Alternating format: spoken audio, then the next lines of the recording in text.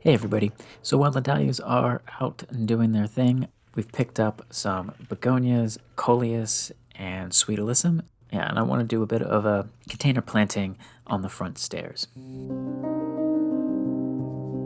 One important thing is to make sure the drainage hole is clear because that can get blocked up with soil.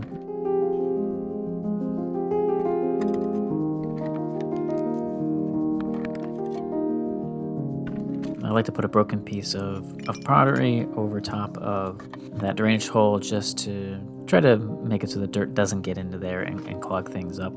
Now for the soil that we're putting in the containers, I'm using a mix of potting soil and compost, kind of a 2 parts to 1 part-ish ratio.